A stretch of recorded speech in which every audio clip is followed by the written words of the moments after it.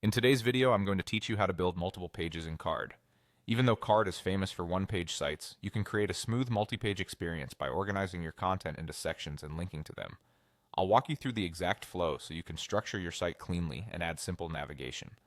Start by heading to Carrd and opening your dashboard. From the dashboard, click the project you want to work on to open it in the builder.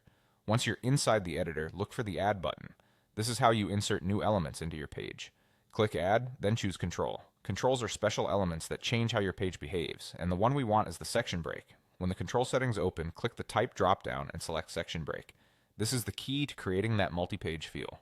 A section break marks a clear boundary in your site. Everything you place below it will be treated as a separate page or screen that you can navigate to, which keeps your content organized and easy to access.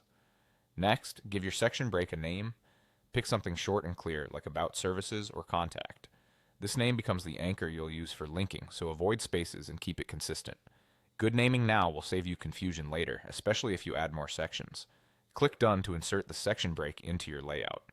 From this point on, any element you add under that break will live on your new page. Text blocks, images, forms, whatever you add below the break will be grouped together as a distinct section, separate from the content above.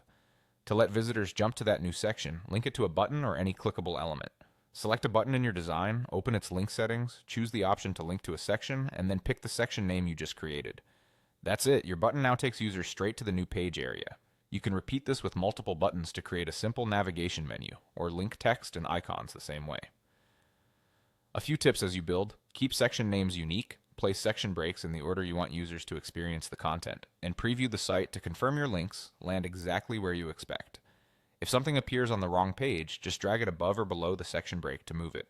And that's how you build multiple pages in Carrd using section breaks and links.